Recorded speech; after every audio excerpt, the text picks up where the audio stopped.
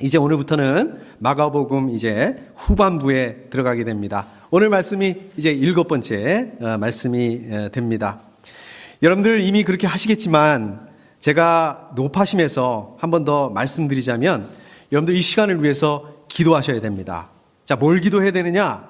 먼저 저를 위해서 좀 기도해 주시면 감사하겠습니다. 제가 제 생각을 이 시간에 나누지 않을 수 있도록 오늘 말씀을 통해서 오늘 이 본문 말씀을 통해서 마가복음 말씀을 통해서 하나님께서 우리 교회에게 하시는 말씀이 무엇인지 또 하나님께서 여러분들 한 분 한 분들에게 하시는 말씀이 뭔지 이거를 잘 듣고 또 잘 준비해서 나눌 수 있도록 이렇게 좀 기도해 주셨으면 좋겠습니다.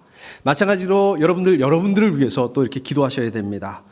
마가복음 벌써 많이 들은 말씀인데 잘 아는 말씀인데 물론 맞는 말씀일 수 있습니다. 그런데 그게 아니라 벌써 다 아는 말씀인데 오늘 말씀도 보니까 뻔한 말씀이네. 오늘 목사님 말씀 어떻게 잘하는지 못하는지 죽쓰는지 보자. 이게 아니라 오늘 말씀 제 말씀이 아닙니다. 물론 저를 통해서 말씀하시지만 근본적으로 오늘 말씀 하나님의 말씀입니다. 이 하나님의 말씀이라는 것을 기억하셔야 됩니다. 그러니까 오늘 말씀을 통해서 여러분들 한 분 한 분들에게 하나님께서 말씀하시는 게 뭔지 또 오늘 말씀을 통해서 여러분들 한 분 한 분들에게 하나님께서 하시는 그 말씀을 내가 꼭 듣겠다. 말씀을 듣고 순종하겠다. 나는 안 되지만 성령님께서 말씀을 잘 들을 수 있도록 또 내가 말씀에 순종할 수 있도록 이걸 위해서 기도하셔야 됩니다. 자, 그러면 여러분들 어떻게 해야 됩니까? 여러분들 말씀에 집중하셔야 됩니다. 내가 오늘 하나님의 말씀을 한마디도 놓치지 않겠다. 말씀에 대한 기대함을 가지셔야 됩니다. 여러분들 마음을 좀 비워놓으셔야 돼요. 여러분들 안에 가지고 있는 이 생각, 저 생각들 다 좀 비워놓으셔야 됩니다. 눈을 저한테 좀 맞춰주셨으면 좋겠어요. 눈만 저한테 맞추는 게 아니라 여러분들의 영을 하나님께 또 성령님께 맞추고 집중하시고 또 오늘 말씀을 통해서 여러분들 한 분 한 분들에게 하시는 말씀을 잘 들으실 수 있는 그런 시간이 됐으면 좋겠습니다. 자, 이제 준비되셨죠? 다시 마가복음으로 돌아가서 보도록 하겠습니다. 여러분들 기억하실지 모르겠지만 마가복음 2장을 제가 전할 때 그때가 아마 1월 말이었을 것 같습니다. 제목이 친구 따라 강남 가기, 제가 이런 제목으로 말씀을 나눴을 때 그때 이제 그 중풍병 환자 우리 지붕 뚫고 들어갔던 그 사건, 그때 제가 그 말씀을 나누면서 제가 그런 말씀 드렸습니다.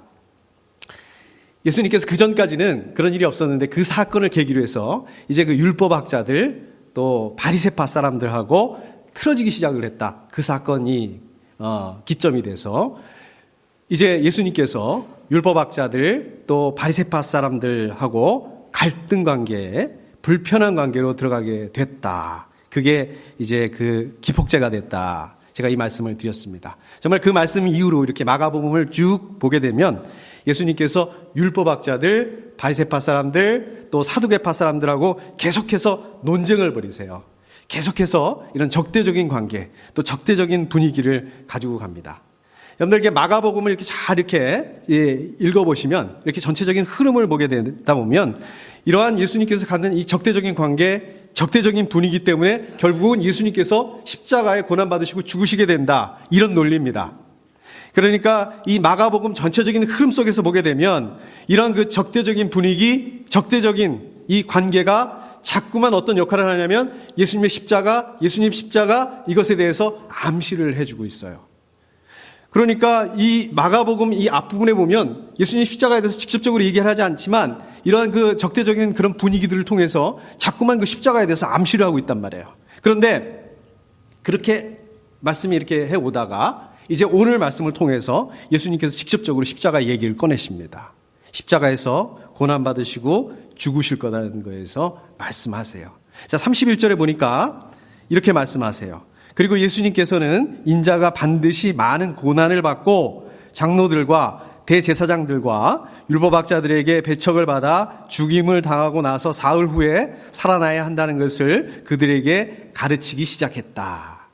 자, 그리고 32절 그 전반부에 보면 예수께서 드러내놓고 이 말씀을 하시니, 참, 이렇게 얘기를 하시거든요. 그러니까 이제 고난에 대해서, 이제 십자가의 고난과 십자가에 죽으실 것에 대해서 이렇게 얘기를 하셨습니다. 자, 그런데 바로 그때 이 성질이 급한 베드로가 또 가만히 있지 못합니다. 나섭니다. 32절 뒷부분에 보니까 이렇게 얘기를 합니다. 이렇게 말씀하십니다.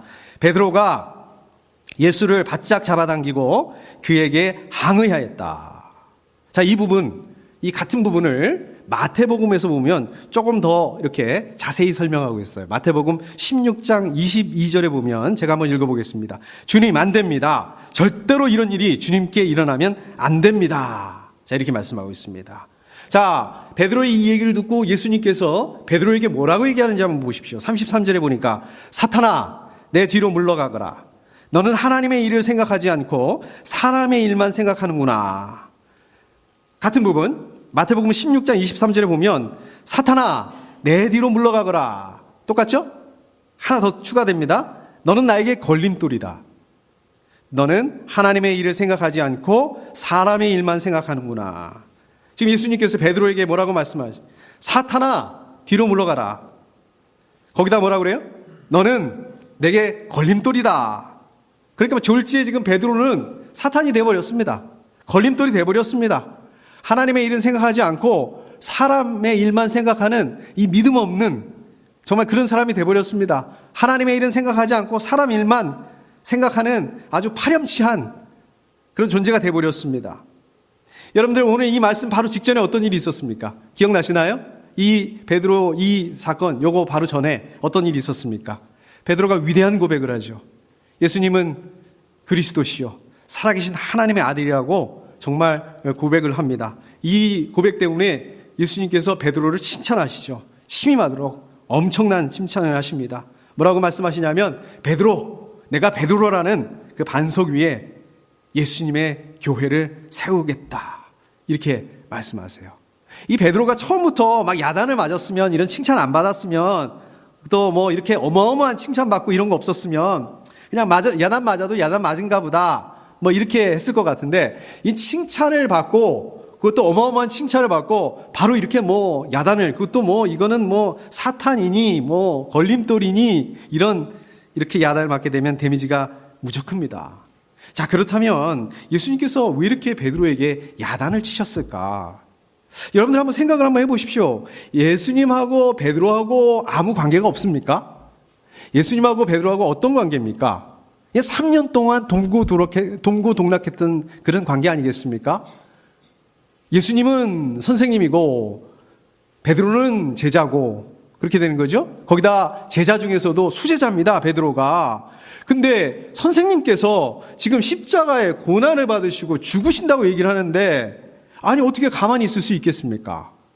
이게 가만히 있는 게 더 이상한 거 아니겠습니까? 여러분들 같으면 어떻게 하시겠을 것 같으세요? 제가 베드로라고 한다 하더라도 아마 저도 이렇게 베드로처럼 이렇게 얘기를 했을 것 같아요. 아니 그런데 이러한 베드로한테 예수님 너무하시는 거 아니에요? 뭘 잘못했다고 베드로에게 이렇게 세게 말씀하시는 건가? 이렇게 심한 말씀을 하시는 건가? 사탄의 걸림돌에 이렇게까지 말씀하시는 이유가 뭘까? 자, 근데 여기서 끝나는 게 아닙니다. 그 다음에 이제 한술 더 떠요. 제자들 다 오라고 그래. 예수님 다른 사람 다 오라고 이렇게 모이라고 해놓고서 뭐라고 말씀하시냐면 34절에 보니까 나를 따라오려고 하는 사람은 자기를 부인하고 자기 십자가를 지고 나를 따라오너라. 이렇게 말씀하십니다. 자, 그렇다면 자기를 부인한다. 자기 십자가를 지고 예수님을 따라간다. 자, 이게 무슨 말씀일까요? 이거 알 것 같은데요. 이거 한번 설명해봐. 그럼 이게 쉽지가 않습니다. 자, 우리가 예수를 믿는데, 하나님 믿는데 왜 이렇게 꼭 해야 되는 걸까? 우리 예수를 따라가는데, 예수님 따라가는데 꼭 이렇게까지만 해야지, 이렇게 따라가야지, 이렇게 해야지 예수를 제대로 믿는 걸까? 자, 그렇다면 자기를 부인하고 자기 십자가를 지고 예수님을 따른다는 거, 이거는 뭐 어떻게 하는 거를 말하는 걸까? 말씀하시는 걸까? 오늘은 이 두 가지 질문 정리를 해보면, 예수님께서 베드로에게 왜 이렇게 심하게 말씀하셨는가? 또 자기 십자가를 지고 예수님을 따라간다는 거, 이것은 뭘 말씀하시는 건가? 이 두 가지 질문을 가지고 이 두 가지 질문에 답을 찾아가면서 오늘 말씀을 나눠보도록 해보겠습니다. 자, 우선 그 31절에 보면 예수님께서 십자가의 고난에 대해서 말씀하셨다고 말씀하셨죠. 그런데 이 고난에 대해서, 십자가의 고난받고 죽으실 것에 대해서 말씀하시면서 잘 보세요. 잘 보시면 고난받고 죽으시고 그 다음에 거기서 끝나는 게 아니라 그 다음에 동시에 부활에 대해서 말씀하세요. 고난 뒤에 반드시 필연적으로 부활이 있을 거라는 것에 대해서 말씀하세요. 이 부분 제가 다시 한번 읽어보겠습니다. 죽임을 당하고 나서 사흘 후에 살아나야 한다는 것을 그들에게 가르치기 시작하셨다. 여기 보면 사흘 후에 살아나야 한다, 뭐뭐 해야 한다, 살아나야 한다, 이게 무슨 뜻입니까? 반드시 있을 거다, 필연적으로 있을 거다, 지금 이 말씀입니다. 자, 그런데요, 잘 보세요. 베드로는 그 예수님의 부활 얘기를 못 들었어요. 못 봅니다. 그냥 예수님의 고난, 죽으심, 여기에만 집중하고 있습니다. 이게 왜 그럴까요? 예수님 그 고난, 죽음, 그러니까 베드로는 예수님의 그 고난, 십자가에서 죽으심, 이거를 받아들일 수가 없었기 때문에 거기에만 집중을 했던 거예요. 자, 그러면 베드로는 왜 그랬을까요? 왜 그렇게 고난, 예수님의 그 죽으심에만 집중하고 그 부활 얘기는 듣지 못하고 왜 그랬을까요? 아까도 말씀드렸던 것처럼 가장 첫 번째 이유는 예수님과의 인간적인 관계 때문에 그래요. 지금 3년 동안 같이 산 게 어딘데, 같이 사는 분이 지금 죽으신다는, 고난받고 죽으신다는, 다른 거 다 안 들리는 거예요. 자, 그런가 하면 베드로는 어떤 마음을 가지고 있었습니까? 어떤 동기를 가지고 있었습니까? 베드로뿐만 아니라 그 예수님의 제자들이 다 어땠습니까? 예수님 누구로 생각했습니까? 정치적인 메시아, 영광받는 메시아, 왕이 될 분. 그런데 왕이 될 줄 알았는데 지금 무슨 얘기를 해요? 너무 충격적인 얘기를 하는 거예요. 생각지 못했던 얘기를 하는 거예요. 십자가에 고난받고 죽으실 거다. 너무 충격적인 얘기를 받고 듣고 나니까 부활 얘기가 들어오지 않는, 귀에 들리지가 않습니다. 만약에 예수님께서 자기들이 생각하는 것처럼 영광의 자리가 아니에요. 고난의 자리. 거기서 죽으시게 된다면 이거 어떻게 되는 거예요? 자기들은 어떻게 되는 거예요? 닥쳤던 게 지붕 쳐다보는 그런 꼴이 아니겠습니까? 제자들에게 있어서 예수님 어떤 분이십니까? 인생의 전부예요. 이게 인생의 전부라는 게 좋은 뜻으로 인생의 전부가 아니라 한번 생각해 보십시오. 예수님의 그 영광을 바라보고 따라갔어요. 생업을 다 포기했어요. 가족들도 다 놔두고 예수님 따랐습니다. 한마디로 말씀드려서 예수님의 그 영광을 위해서, 예수님께서 왕이 되면 자기들도 한 자리 하기 위해서 예수님에게 배팅을 했다는 얘기예요. 근데 왕이 될 줄 알았는데 이제 와서 그게 아니다. 십자가에 죽으신다. 십자가에 고난받고 죽으신다. 말이 안 되는 거예요. 우리 그러지 않습니까? 우리 기브앤테이크라는 말이 있지 않습니까? 내가 이만큼 이렇게 해줬어요. 그럼 나도 그만큼 받는 게 당연하다. 맞지 않습니까? 일본 사람들이 철저하다고 그러지 않습니까? 근데 이게 지금 이거를 하나님에게, 예수님에게 그대로 적용하는 거예요. 내가 이만큼 했으니까. 내가 지금 생업도 포기하고 내 가족도 포기하고 예수님 따라왔는데 이만큼 돌려주셔야 되는 거 아니겠습니까? 내가 이만큼 했으면 하나님도 좀 이만큼 해주셔야 되는 거 아니에요? 이렇게 되는 겁니다. 베드로 보세요. 예수님은 바짝 잡아당겼다고 그랬어요. 예수님께 항의했다고 그랬습니다. 이 같은 부분 마태복음 16장 22절에 보면 좀 더 자세히 말씀하고 있습니다. 제가 그 부분 한번 읽어보겠습니다. 이에 베드로가 예수를 따로 붙들고 주님 안 됩니다. 절대로 이런 일이 주님께 일어나서는 안 됩니다. 하고 말하면서 예수께 대들었다. 그러니까 오늘 말씀에 보면 항의했다. 마태복음에 보면 대들었다. 이게 다 원어적인 의미를 보면 그 꾸짖었다, 책망했다 이런 뜻입니다. 그러니까 예수님을 꾸짖었다, 책망했다 이런 뜻이에요. 근데 사실은 이 단어가 언제 쓰이는 단어냐면 보통 예수님께서 그 악한 무리들, 사탄을 꾸짖을 때 사용하시던 그 똑같은 단어입니다. 근데 그것도 다른 사람도 아니고 베드로가 예수님에게 이 단어를 사용하고 있는 거예요. 책망했다, 꾸짖었다. 이 무슨 말씀입니까? 지금 베드로가 예수님에게 대해서 무척 강하게 얘기하고 있는 겁니다. 베드로가 무척 거칠게 예수님께 대들고 있는 겁니다. 왜 그랬을까? 이거는 베드로의 이면에 바로 사탄이 베드로를 조종하고 있다는 것입니다. 사탄이 베드로를 이용하고 있다는 거예요. 사탄이 뭘 이용합니까? 베드로의 그 열심에, 그 예수님에 향한 그 애정에 대해서 오히려 그 마음을 이용해서 예수님께서 십자가의 길을 가지 못하도록 만류하고 있는 거예요. 막고 있는 거예요. 막으려고 그러는 거예요. 예수님께서 베드로의 이면에 있는 사탄을 보시고 꾸짖으세요. 단호하게 뿌리치세요. 사탄아, 내 뒤로 물러가라. 너는 하나님의 일을 생각하지 않고 사람의 일만 생각하는구나. 여기서 말씀하신 게 정확하게 말하자면 베드로한테 얘기하시는 게 아니라, 베드로를 꾸짖으시는 게 아니라 베드로 이면에 있는 이 사탄에게 말씀하시는 거고 사탄을 꾸짖고 계시는 것입니다. 여러분들 잘 보십시오. 베드로 잘 보십시오. 베드로는요, 예수님께서 예루살렘에 입성을 해서 이제 왕이 되고 영광의 자리에 앉게 되실 줄 알았는데 그게 아니라는 거예요. 오히려 십자가에 고난받고 거기서 죽으신다는 거예요. 그러니까 그거 절대로 안 된다. 왜 그런지 아세요? 왜 안 된다는지 아세요? 베드로는 고난 없는 영광만 기대했기 때문에. 영광은 영광인데 그를 위한 그 고난, 이거 생각하지 않았기 때문에. 예수님에게도 고난 없는 영광, 그거 가지셔야 됩니다. 이렇게 얘기하고 있는 것입니다. 이게 누가 얘기한 줄 아세요? 똑같은 얘기를 누가 했는지 아십니까? 이 사탄이 이런 얘기를 합니다. 마태복음 4장 8절 9절에 보면 이런 말씀이 나와요. 제가 한번 읽어보겠습니다. 마태복음 4장 8절 9절 말씀. 또다시 악마는 예수를 매우 높은 산으로 데리고 가서 세상의 모든 나라와 그 영광을 보여주고 말하였다. 내가 나에게 엎드려서 절을 하면 이 모든 것을 내게 주겠다. 딱 이거거든요. 십자가, 고난, 어려움 다 필요 없어. 딱 나한테 절만 하면 돼. 그럼 내가 다 줄게. 이걸 우리식으로 얘기를 하면, 우리말로 바꿔서 얘기하면 하나님, 믿음, 교회, 신앙 다 필요 없어. 딱 돈만 있으면 돼. 이게 사탄의 속임수예요. 여러분들 영광의 자리를 원해요. 성공을 꿈꿉니다.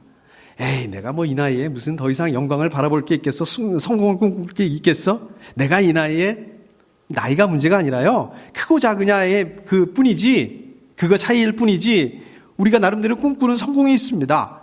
우리 생각해 보십시오. 우리 아이들이 잘 됐으면 좋겠고, 우리 아이들이 좀 성공했으면 좋겠고, 이거 있잖아요. 기대 있잖아요. 우리 교회가 좀 어떻게 됐으면 좋겠고, 이런 기대가 다 있단 말입니다. 이게 중요합니다. 이 꿈을 꾸셔야 돼요. 이게 잘못됐다는 얘기가 아닙니다. 자, 그런데 이 영광을 보는데 이 영광 때문에 가려서 보지 못하는 게 있다는 거예요. 정확하게 말하자면 보지 못하는 게 아니라 안 보려고 하는 그런 게 있다는 거예요. 십자가를 지나가야 된다는 거. 지금 여러분들이 스트러글 하고 있는 거, 여러분들 고난, 고통의 문제, 이거를 지나가야 된다는 거예요. 근데 이거는 안 보이는 거예요. 이거는 안 들리는 거예요. 성경 뭐라고 말씀하는지 아십니까? 로마서 8장 17절 말씀입니다. 로마서 8장 17절 보면 이렇게 말씀하겠습니다. 우리가 그리스도와 함께 영광을 받으려고 그와 함께 고난을 받으면 우리는 하나님이 정하신 상속자여 그리스도와 더불어 공동 상속자입니다. 예수 그리스도와 함께 영광을 받기 위해서는 뭐가 따라야 된다고요? 예수 그리스도와 함께 고난을 받아야 한다. 그래야만 하나님의 상속자가 될 수 있다. 그래야만 예수 그리스도와 함께 하나님의 상속자가 될 수 있다는 말씀입니다. 여러분들 이걸 꼭 기억하셔야 됩니다. 자, 여러분들 누구도 예외가 없습니다. 십자가의 관문을 통과하지 않으면 영광의 자리에 갈 수가 없다는 것입니다. 십자가의 관문 어떻습니까? 고통스럽습니다. 힘듭니다. 어렵습니다. 그러나 이것을 통과해야 됩니다. 뭘로 통과할 수 있습니까? 인내와 믿음으로 감당해야 됩니다. 여러분들 이 인내와 이 믿음으로 십자가의 관문을 통과할 때 거기에 비로소 하나님의 위로와 격려가 있는 거예요.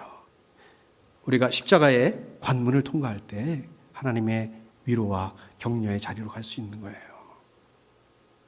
자, 그런가 하면 예수님께서 베드로에게 아까도 말씀드렸듯이 얘기만 하고 그냥 이걸로 끝나는 게 아니라, 자, 이번에는 이 제자들 또 예수님을 따르는 사람들 다 부르세요. 그렇게 말씀하세요. 나를 따라오려고 하는 사람은 자기를 부인하고 자기 십자가를 지고 나를 따라오너라. 이게 무슨 말씀이세요? 이게 무슨 말씀입니까? 나를 따라오는 거 막지 않겠다. 막지 않는다. 누구든지 예수님 따라올 수 있다. 이 말씀입니다. 자, 그런데 단 조건이 있다. 그게 뭡니까? 십자가를 져야 된다. 이게 무슨 말씀입니까? 저 여러분들, 우리 그리스도인들, 예수 그리스도 따르기 위해서는 전부 다 각자에게 십자가 있다는 말씀이에요. 자, 그렇다면은 저분들이 져야 되는 십자가는 뭔가? 아이고, 우리 그러잖아요. 우리 아이들 보면서 저게 내 십자가야. 근데 그거 말고 저 여러분들이 지어야 될 그 십자가, 이거 뭡니까? 진짜로 우리가 지어야 될 그 십자가. 날마다 죄악된 우리의 그 본성, 여기서 이거를 결별하고 우리가 죽는 연습을 계속해야 된다. 우리 자아가 죽는 연습을 계속해야 된다는 말씀입니다. 갈라디아서 2장 20절 말씀 보면 이렇게 말씀하고 있습니다. 제가 한번 읽어보겠습니다. 나는 그리스도와 함께 십자가에 못 박혔습니다. 이제 살고 있는 것은 내가 아닙니다. 그리스도께서 내 안에 살고 계십니다. 내가 지금 육신 안에서 살고 있는 삶은 나를 사랑하셔서 나를 위하여 자기 몸을 내어주신 하나님의 아들을 믿는 믿음 안에서 살아가는 것입니다. 저 여러분들 어떻게 됐다고요? 이제 예수 그리스도와 함께 십자가에 못 박혔다. 예수 그리스도와 함께 십자가에 못 박히니까 우리 안에, 저 여러분들 안에 더 이상 우리가 있는 게 아니에요. 우리 자아가 있는 게 아니에요. 내 거, 내 중심, 내 자랑, 내 좋은 거, 내 편한 거, 이런 걸로 가득 차 있는 게 아니라 예수 그리스도께서 계신다. 내 안에 예수 그리스도께서 사신다. 그러니까 어떻게 돼야 됩니까? 내 안에 예수 그리스도, 예수님 거, 예수님 중심, 예수님이라면 여기서 어떻게 할까? 이렇게 되는 것입니다. 저도 어떤 목사님 그 설교 말씀하시는 거에서 이렇게 들었는데, 이게 참 확 와닿더라고요. 여러분들 한번 생각해 보십시오. 제가 그 준비하지 못했지만 여기 유리 그 컵이 있어요. 유리 컵이 있는데, 유리 글래스가 있는데 그 안에 돌이 들어 있습니다. 근데 이 돌이 불행하게도 빼낼 수가 없어요. 우리 그렇지 않습니까? 우리가 하나님 믿어요. 우리 신앙생활 합니다. 우리 하나님 믿고 막 신앙생활하고 어떨 때 막 새로워질 때가 있습니다. 그러나 어떻습니까? 내 안에는 여전히 내 죄악된 자아가 남아 있습니다. 본성이 남아 있어요.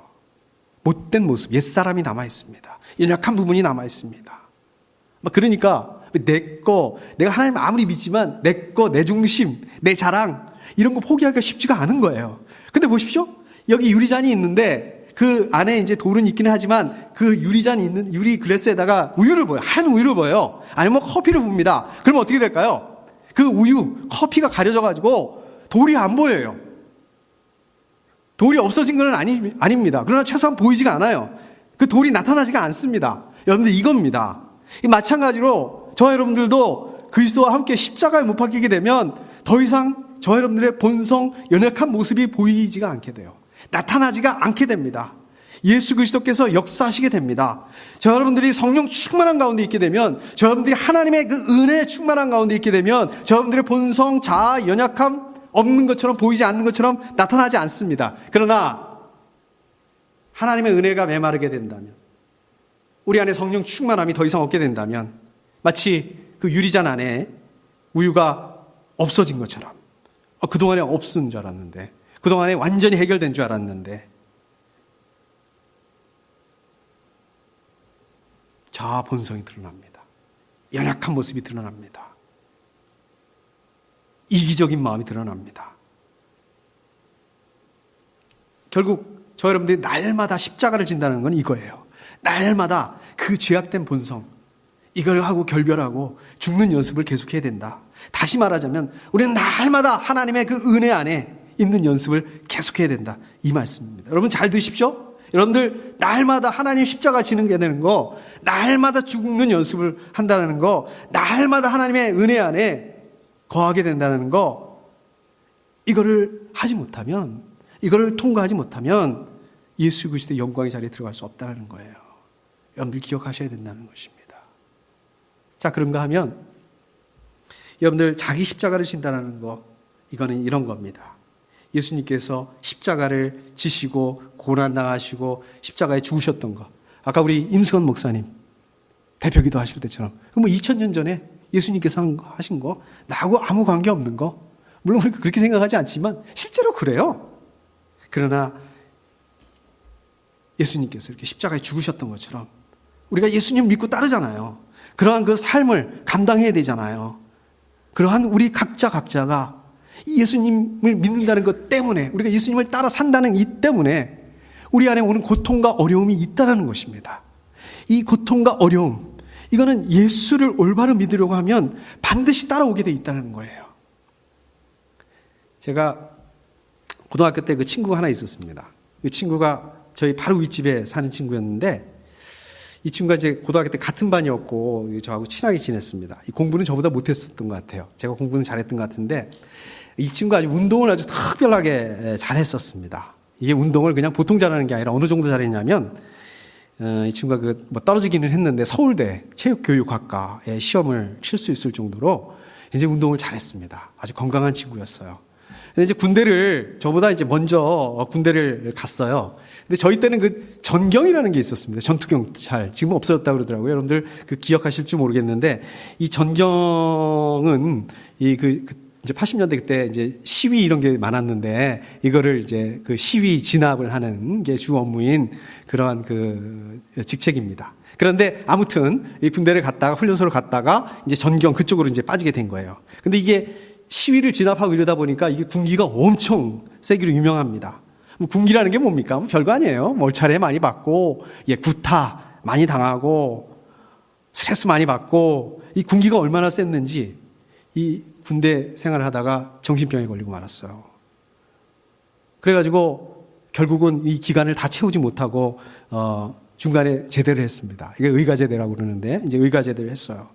근데 의가제대를 한 다음에도 이 증상이 점점 심해졌습니다. 그래서 나중에는 집 근처에 있는 그 병원, 그 정신병원에까지 이제 입원하게 됐습니다. 친구 어머니가 마음이 어떻겠습니까? 원래 이 신앙생활 하지 않으신 분이었는데 이 친구 때문에 교회 나가시게 됐어요. 하나님 열심히 믿게 됐어요. 저도 압니다. 바로 그냥 저희 윗집이었기 때문에 매일매일 새벽 기도, 교회 가서 열심히 이 친구를 위해서, 이 친구를 낫게 하기 위해서 그렇게 기도했어요. 이 친구 그런데 이 친구 어떻게 됐냐면 정신병이 점점 심해졌습니다. 반대로. 나중에는 좀 자해도 하고 이렇게 되더라고요. 결국에는 이 정신병 때문에 한강에서 투신해서 자살했습니다. 도대체 어떻게 이렇게 될 수 있을까? 이 어머니께서 그만큼 하셨으면, 그만큼 열심히 기도하셨다면, 좀 하나님이 계시다면, 이 간절한 기도, 얼마나 간절하게 기도했겠습니까? 그러면 응답을 해 주셔야 되는 거 아니냐. 친구 그 병이 낫게 해 주셔야 되는 게 아닙니까? 그렇게 돼야 되는 게 아니겠습니까?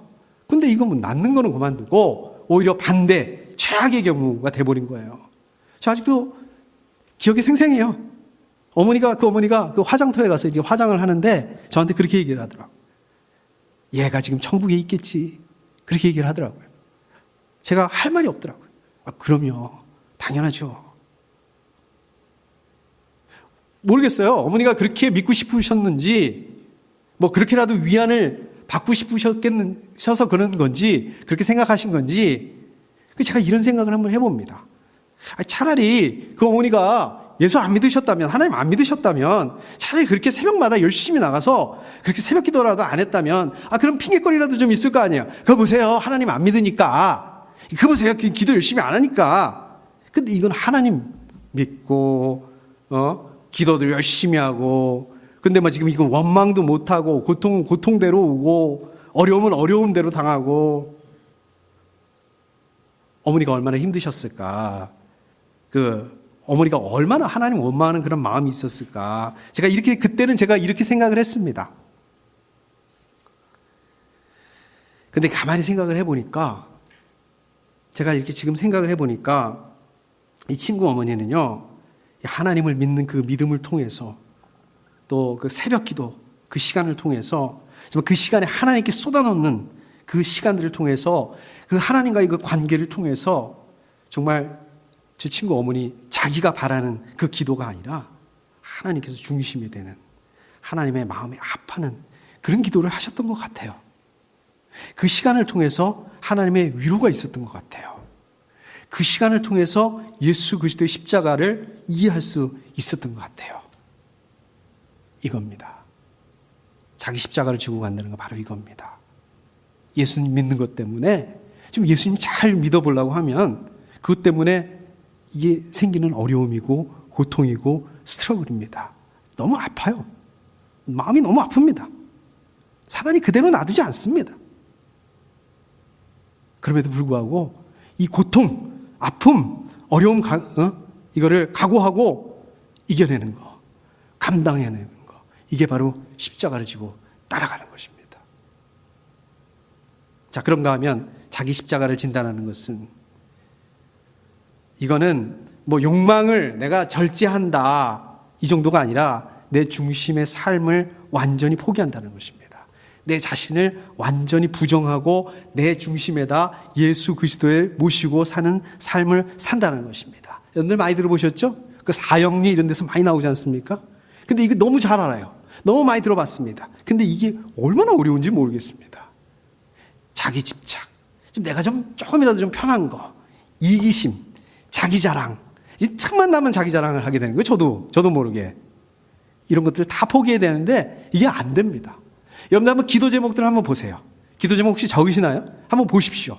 이게요, 겉으로 보면 굉장히 거룩하고 포장이 잘 돼 있는데 솔직히 이렇게 까보면, 속을 까보면 다 나를 위한 거예요. 내 가족을 위한 거예요. 우리 교회를 위한 거예요. 이기심이에요. 이런 겁니다.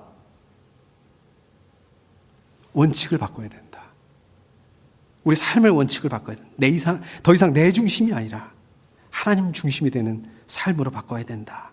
우리가 자기 십자가를 진단하는 것은 우리가 살아가다 보면 뭐 걱정거리도 생기고 근심도 생기고 그러지 않습니까? 그런 것만 있다는 게 아니라 예수님의 십자가의 고난과 죽으심, 이게 바로 저와 여러분들의 그 삶으로 일치가 되는 것, 결국 예수님의 그 고난을 짊어져야 된다는 이 말씀인 것입니다. 디모데후서 1장 12절 말씀에 보면 이렇게 말씀하고 있습니다. 그러므로 나는 이런 고난을 당하면서도 부끄러워하지 않습니다. 자, 세상 사람들 어떻습니까? 지식을 갖지 못해서 안달복달입니다. 얼마 전이 아니라 그 며칠 전인가 여기 나오더라고요. 미국에도 그 대학 입시 그 부정 때문에 그렇게 해요. 세상 사람들은 어떻게 해서든지 그런 지식을 가지려고 좋은 대학에 들어가려고 그럽니다. 근데 바울은 뭐라고 얘기합니까? 나는 그런 거를 배설물로 여겼다라고 얘기합니다. 세상 사람들은 뭐라? 예수 그리스도의 복음을 조롱합니다. 근데 바울은 세상 사람들이 조롱하는 그 복음을 고난을 당하면서 전하고 부끄러워하지 않는다. 이렇게 말씀하고 있는 거예요. 데살로니가 2장 19절 말씀에 보면 우리 주 예수께서 오실 때에 그분 앞에서 우리의 희망이나 기쁨이나 자랑할 면류관이 무엇이겠습니까? 그것은 여러분이 아니겠습니까? 세상 사람들은요, 세상의 권세, 높은 자리, 막 이런 자리에 앉아있는 사람들, 이걸 자랑해요. 이걸 자랑스럽게 생각을 합니다. 그런데 바울은 이런 세상의 권세, 높은 자리, 그 높은 자리에 앉아있는 사람들, 이게 자랑거리가 아니라 바로 예수 그리스도의 복음으로 태어난 하나님의 백성들, 여러분들 때문에 자랑한다. 이게 자랑거리다라고 말씀하고 있습니다. 여러분들, 그렇다면 여러분들의 자랑거리는 뭡니까?